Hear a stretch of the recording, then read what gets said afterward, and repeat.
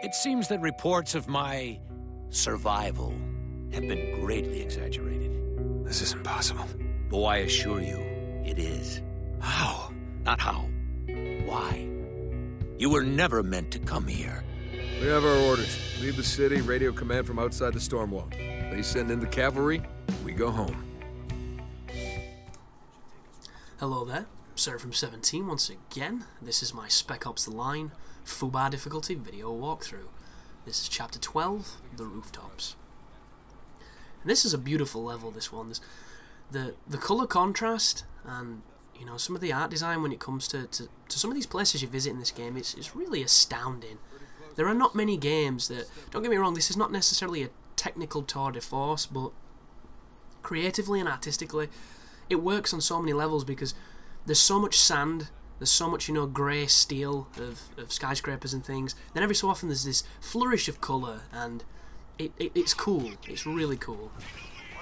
It reminds me a lot of Mirror's Edge, which is another game that, you know, technically was very unsound, but some of the art direction, some of the colours in those levels were just absolutely beautiful. Really enjoyed the aesthetics. But this mission's pretty simple. It does get a little bit more challenging when you move towards the radio tower, but for the most, we're going to be counter-sniping snipers, pushing forward, you know, chest-high walls, the whole shebang. If anything of real note pops up that I have to speak about, I will feel free to do so.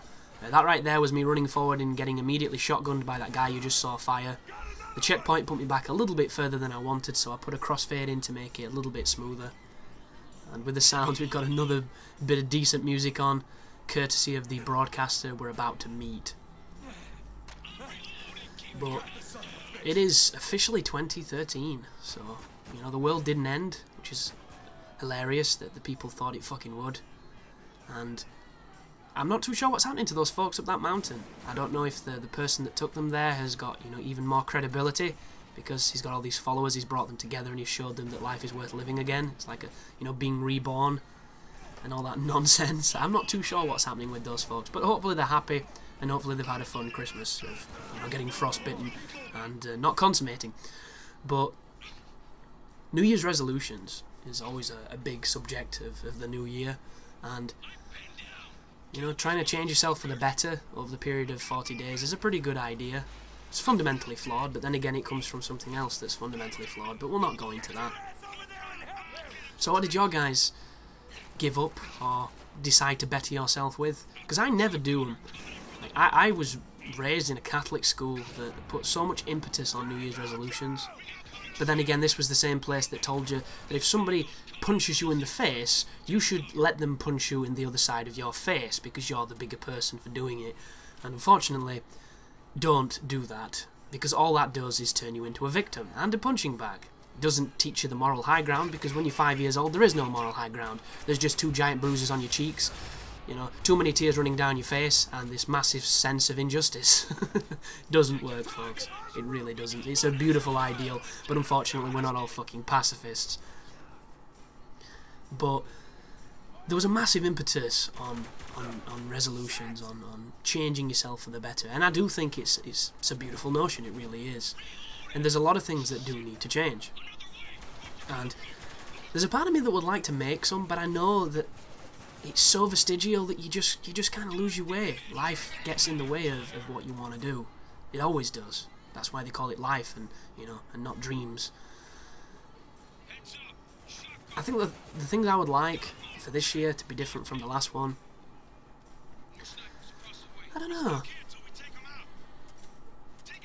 Because aside from not making a lot of money right now and not having a job and a place of my own, my life is really, really good.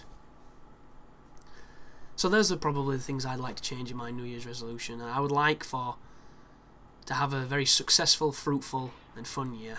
And I think that's probably the best I can ask for. Mainly because I think if you go too out there, it just becomes silly. Like, I pray to grow a second penis. Never gonna happen, unless you know some kind of scientist who is gifted in transplanting, or some kind of drug trial that has an unexpected side effect that turns you into the next Dirk Diggler, which is highly unlikely as well. So I think holding his breath for that's just gonna end up in a bunch of suffocated morons. But it is a good thing, and I do think it's for the better. And I do think a lot of those traditions are all essentially guidelines to live a better life, which doesn't everybody want to live a better life? I mean, look at these guys. They're in the middle of Dubai. They're killing friendlies now, and all they want is a better time than they're having right now. And they think if they keep on pushing forward and they get to this radio tower, that it's all suddenly going to make a lot more sense, and what they've all done will somehow find some kind of justification. Does it work that way? No. Because nothing works that way. It really doesn't. Which is why people say that life is stranger than fiction. But I've had a lot of fun over Christmas, and I've not had too much time to talk about it, mainly because my throat has been dead, and now it's back to feeling like something normal. Oh, by the way, guys, do not kill that guy. When I first came through on this section, I was kind of shocked. I was like, shit, I've just killed a friendly. And I did actually feel the turmoil of that moment. Recording the guide, I decided to let that guy up and explain to him, sorry bro, shit's hit the fan, we don't know who are friendly, we don't know who are our enemies. But he shoots you. So do not feel any remorse for that scumbag, because he's just as bad as we are. That's literally, tit for tat. But the new year for my channel, I suppose, is something I should probably talk about, but I'm going to have to sip some of this ginger ale that I've got because it's delicious and my throat is dry. Oh, ye old Jamaican ginger ale. I have never ever wanted to go to Jamaica, mainly because it's really, really warm, but if the ginger ale is anything like this, it's pretty much justification to go see that country. I don't know, I think I'd quote too much Cool Runnings and end up getting kicked out of Jamaica. That's my main problem with it. And the fact it'd just give me massive penis envy for all the dreadlocks, because, let's face it guys, white guys can't do dreadlocks. I wish they'd give or even trying. And there was a point when I was thinking, when I was growing my hair, that, if it looks like a pile of shit when I'm done, I can always do the dreadlock, way. Try and be the hip white guy with dreadlocks. And then you hear all the horror stories, which, oh god, just really, really terrible horror stories of lice and oh, I'm not even going to go into it because it makes my skin shake, it really does. But channel resolutions, I'm now partnered, so that, that goal can be ticked off the list, which is awesome. If I'm completely honest, my partnership has done absolutely zero for me right now. I'm kind of confused what the hell they are doing. But they're a busy company. They've just gone through some remanaging on the hierarchy, so now they've got different management, and hopefully with different management will come a more responsive service. And I say this because, do you know, like, your favourite commentator for whatever game you follow, be it League of Legends, Call of Duty, Dark Souls, whatever it is, if you go to whoever they're partnered with, Machinima, all those kind of things, the Game Station, Yoush, whatever, you will see their videos featured. And there is a waiting, there's quite a large waiting period for those videos to get submitted, screened, and then put up. And you would think that Machinima would have probably the longest of the turnarounds, but you generally see their videos hosted on there, and it helps garner some more attention and brings their content to a different audience, which is a great thing. Oh, just saved our ass. We're about to get shot as we zip-lined across. Never a good time. And I assume they screen them for quality, and I like to think that my videos are quality, and I've looked at the videos that they've been already hosted on my partnership's main site, and some of them I get more views on my channel.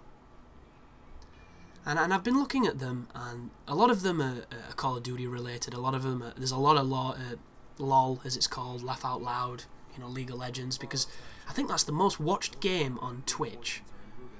And don't get me wrong, I think League of Legends is one of those games that you've got to understand it to appreciate it, because when I watch it, it just looks like fucking World of Warcraft gone mad. And when I say World of Warcraft, I don't mean the, the massive, it's not what am I saying? It's Warcraft, sorry, not World of Warcraft, fuck that shit.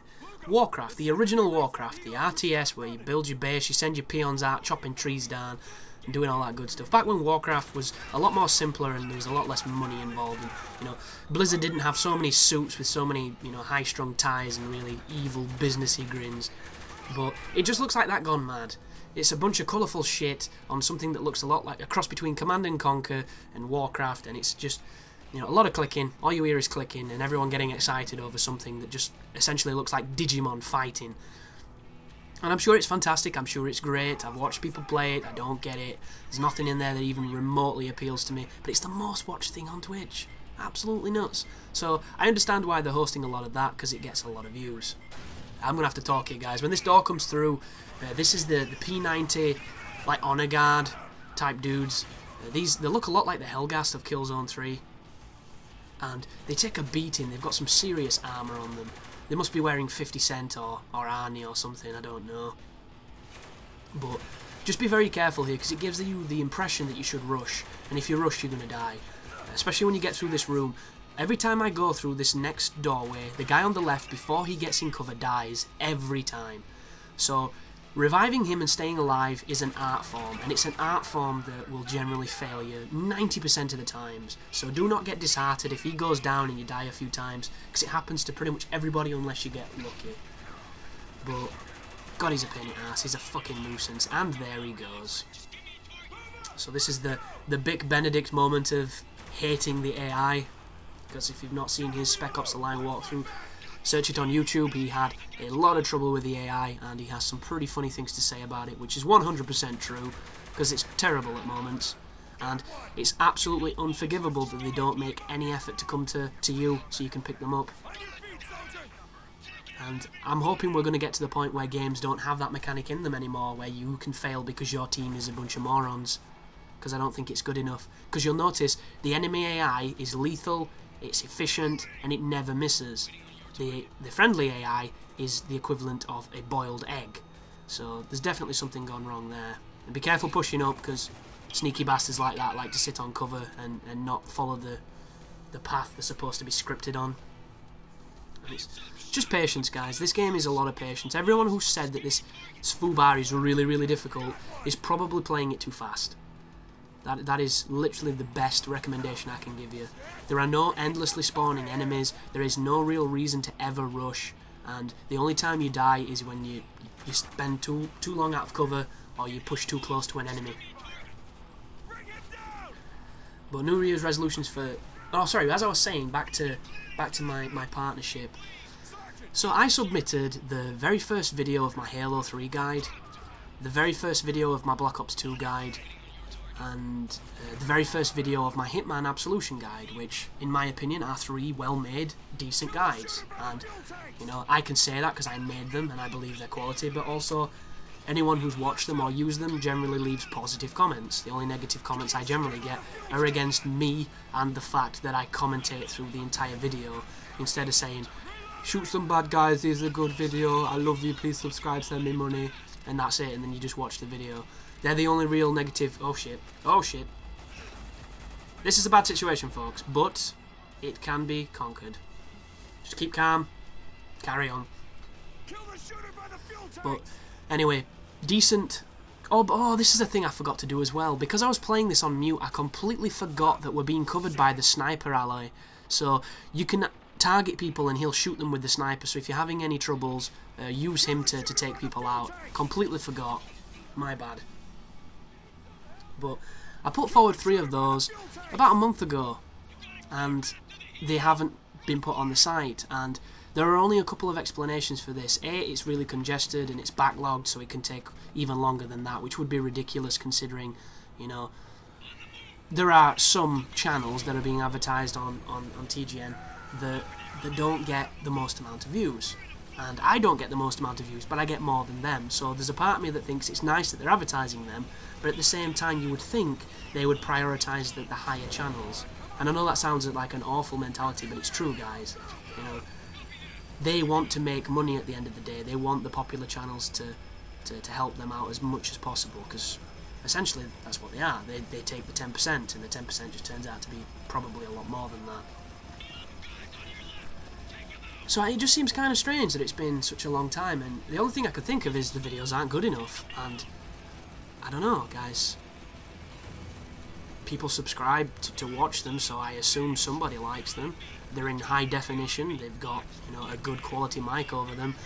They are strategies to beat the game on the hardest difficulty, played competently, I'll say. So to me, I don't know, how can they not be good enough? I don't know, it just seems really strange. And I have yet to be paid by TGN because they do it in 3-month late installments to see what kind of ballpark I'm even hitting for the amount of views I'm getting. Because right now, I'm in a bit of an influx of views and subscribers, so I'm hitting higher numbers than I ever have. So it's a success as far as you know, personal goals go. But I have absolutely no reference, no frame of reference or anything to draw a comparison to how well that will relate to the paycheck that I get for it.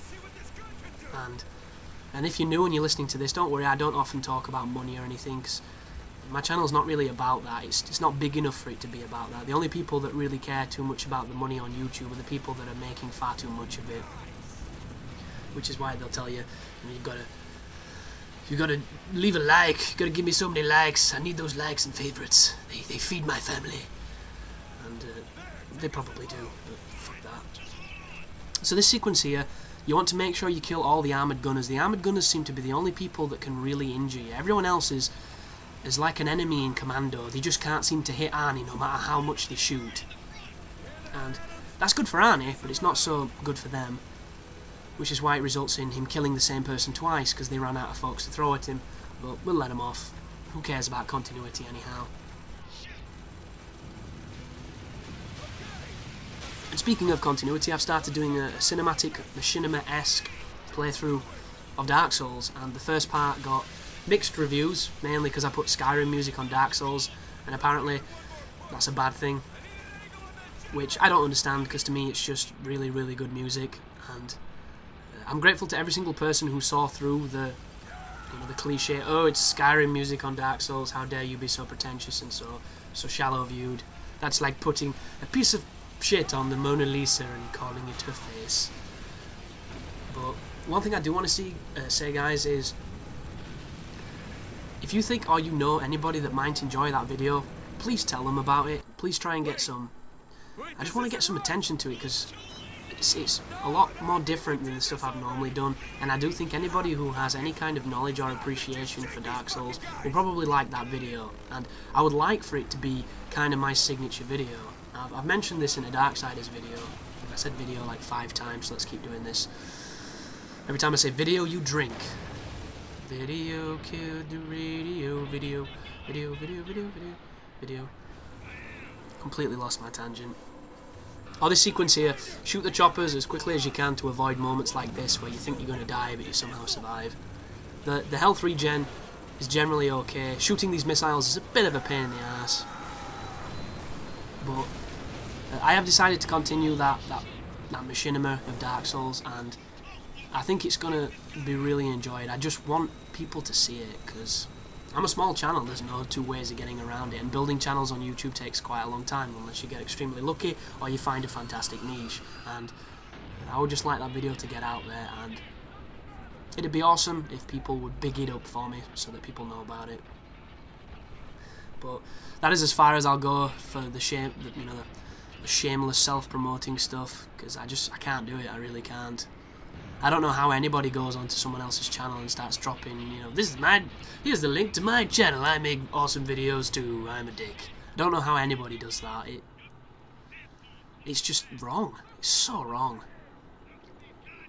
But we've seen this section before. The character even mentions a sense of deja vu, and the game never really explains why the fuck we've seen this section twice. This is one of the parts where the story for me really breaks down, because is it literally just a psychosis at this point? Did it begin midway through the game and go back? If so, why the hell does the character make a poignant observation that we've done this before? Like, it's too many coincidences, not enough story, man. It's not a good twist, guys. It really isn't. It's not a good twist when they just go surprise cockface and there it is. Thank you for watching, and you take care now.